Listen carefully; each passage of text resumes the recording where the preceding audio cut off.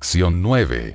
Para el 2 de diciembre de 2017. Ninguna condenación. Sábado 25 de noviembre. Para memorizar. Ahora, pues, ninguna condenación hay para los que están en Cristo Jesús, los que no andan conforme a la carne, sino conforme al Espíritu. Romanos 8:1. Romanos 8 es la respuesta de Pablo a Romanos 7. En Romanos 7, Pablo habla de frustración, fracaso y condenación. En Romanos 8, la condenación ha desaparecido, y es sustituida por la libertad y la victoria por medio de Jesucristo. Pablo decía en Romanos 7 que, si te niegas a aceptar a Jesucristo, la miserable experiencia de Romanos 7 será tuya también. Serás esclavo del pecado, incapaz de hacer lo que decidas hacer. En Romanos 8, dice que Cristo Jesús te ofrece la liberación del pecado y la libertad de hacer el bien que quieres, pero que tu cuerpo no lo permitirá. Pablo sigue explicando que esta libertad fue comprada a un costo infinito. Cristo, el Hijo de Dios, tomó sobre sí la humanidad. Era la única manera en que podía relacionarse con nosotros, ser nuestro ejemplo perfecto y convertirse en el sustituto que murió en nuestro lugar. Él vino en semejanza de carne de pecado. Rom. 8:3. Como resultado, los justos requerimientos de la ley pueden cumplirse en nosotros. Rom. 8:4. En otras palabras, para los que creen, Cristo posibilitó la victoria sobre el pecado, como así también el cumplimiento de los requisitos positivos de la ley, no como un medio de salvación, sino como resultado de ello. La obediencia a la ley no ha sido, ni podrá ser, un medio de salvación. Este fue el mensaje de Pablo y el de Lutero, y debe ser el nuestro también. Domingo 26 de noviembre. En Jesucristo. Ahora, pues, ninguna condenación hay para los que están en Cristo Jesús, los que no andan conforme a la carne, sino conforme al Espíritu. Romanos 8:1. ¿Qué significa ninguna condenación? ¿Ninguna condenación de qué? Y, porque es una muy buena noticia. En Cristo Jesús es una frase común en los escritos paulinos. Que una persona esté en Cristo Jesús quiere decir que ha aceptado a Cristo como su Salvador. Confía en Él implícitamente y ha decidido hacer suyo el modo de vida de Cristo. El resultado es una estrecha unión personal con Cristo. En Cristo Jesús contrasta con en la carne. También contrasta con la experiencia detallada en el capítulo 7, donde Pablo describe como carnal a la persona bajo condenación, antes de que se entregue a Cristo, lo que significa que es esclava del pecado. Está bajo condenación de muerte. Romanos 7, 11, 13, 24. Sirve a la ley del pecado. Romanos 7, 23, 25. Está en un estado terrible y miserable. Romanos 7, 24. Pero, entonces, la persona se entrega a Jesús, y se produce un cambio inmediato en su posición delante de Dios. Quien anteriormente estaba condenado como infractor de la ley, ahora es perfecto a la vista de Dios, como si nunca hubiese pecado, porque la justicia de Jesucristo lo cubre completamente. No hay más condenación, no porque la persona sea irreprochable, sin pecado o merecedora de la vida eterna, para nada. Sino porque el registro perfecto de la vida de Jesús ocupa el lugar del registro de la persona. Por consiguiente, no hay condenación. Sin embargo, lo bueno no termina allí. ¿Qué libera a una persona de la esclavitud al pecado? Romanos 8:2. La frase la ley del Espíritu de vida se refiere al plan de Cristo para salvar a la humanidad, en contraste con la ley del pecado y de la muerte, que en el capítulo 7 se describe como la ley con la que reinó el pecado, cuyo fin era la muerte.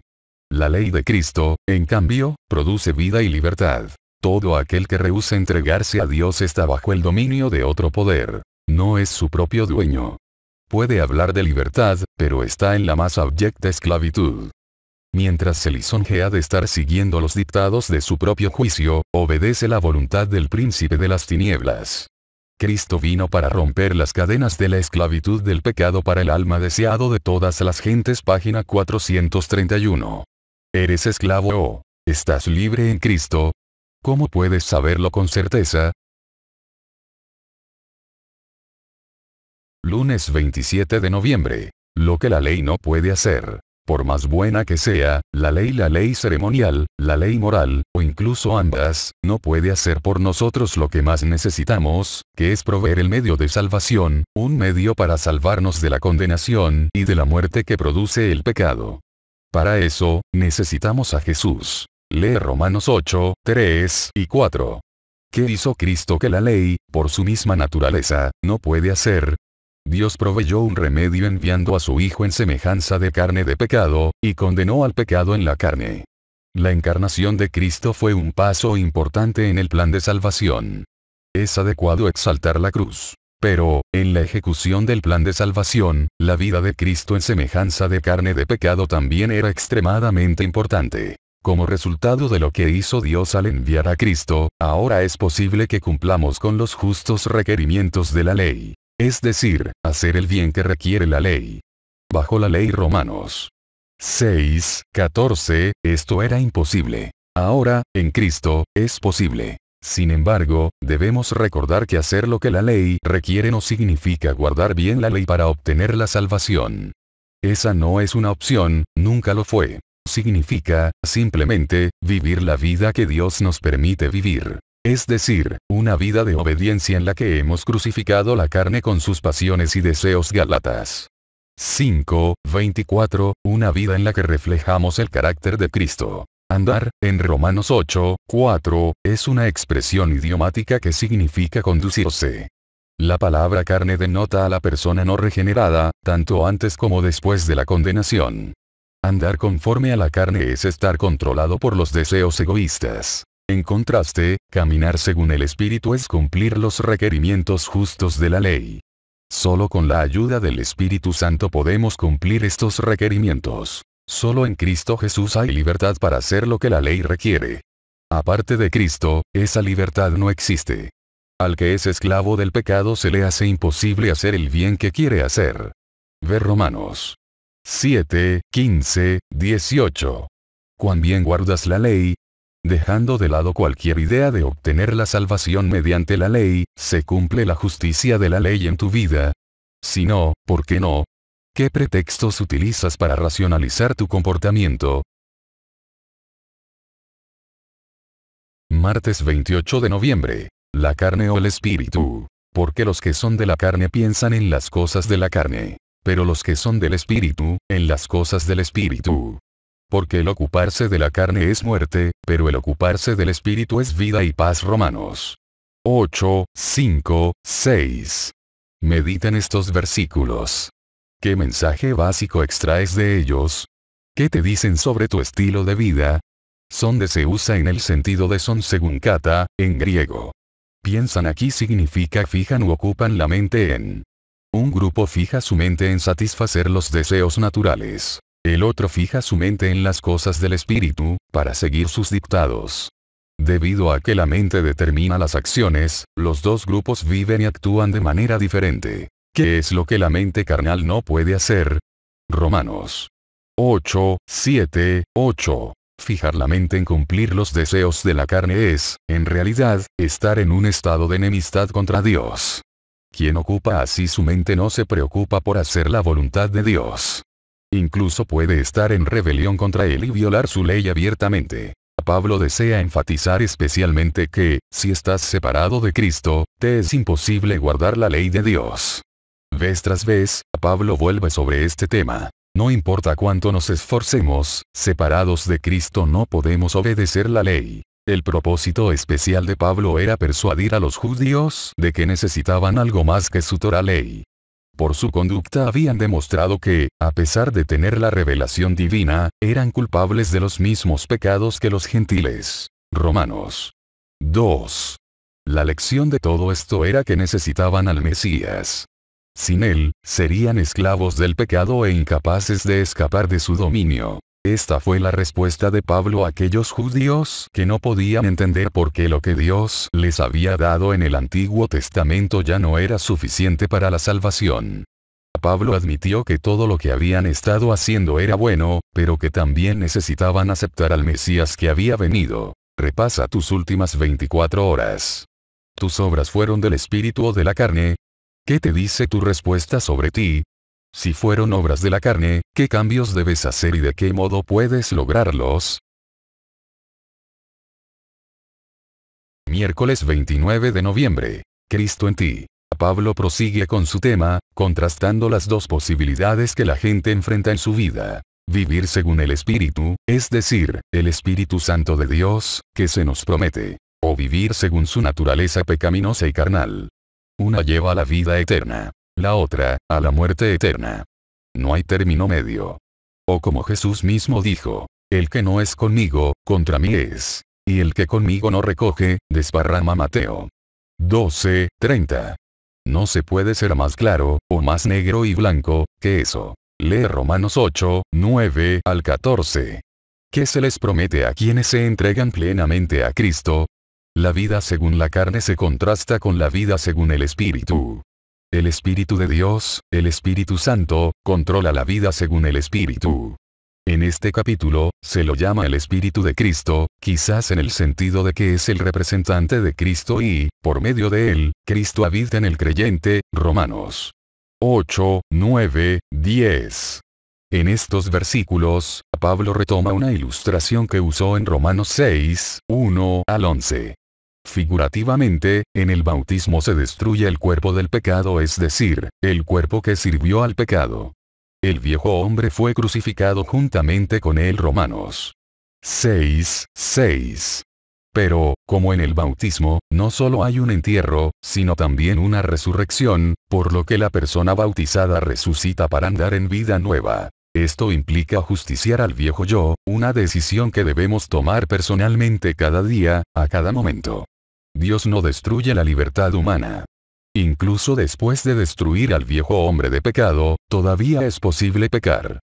Pablo les escribió a los colosenses: haced morir, pues, lo terrenal en vosotros. Colosenses 3:5.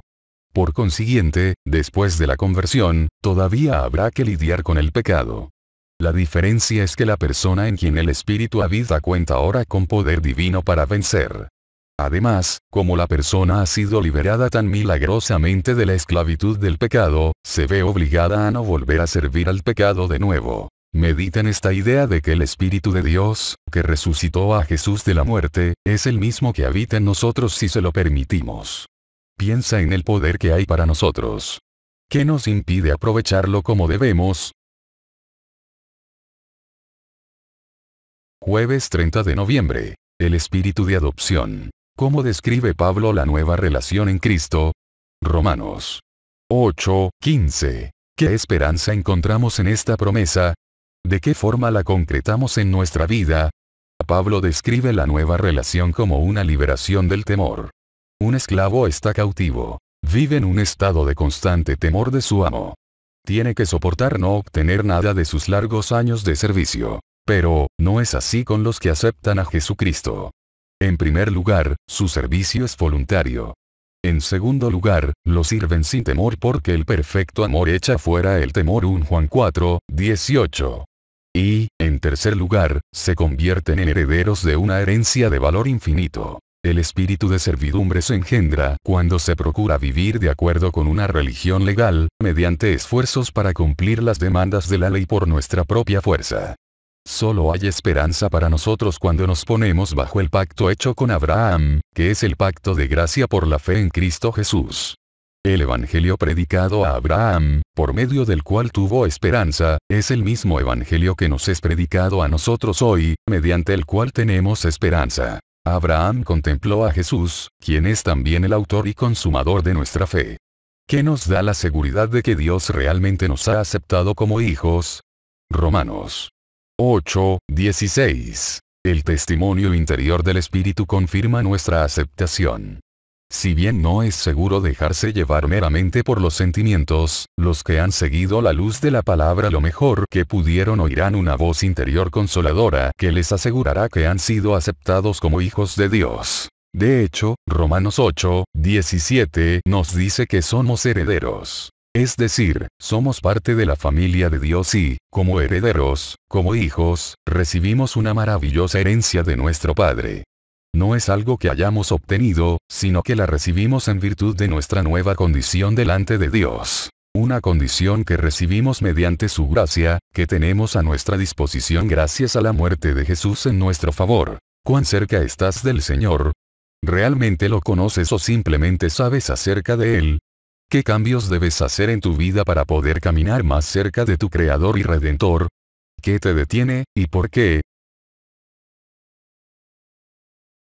Viernes 1 de diciembre. Para estudiar y meditar. El plan de salvación no ofrece a los creyentes una vida libre de sufrimientos y pruebas antes de llegar al reino. Por el contrario, les pide que sigan a Cristo en la misma senda de abnegación y vituperio.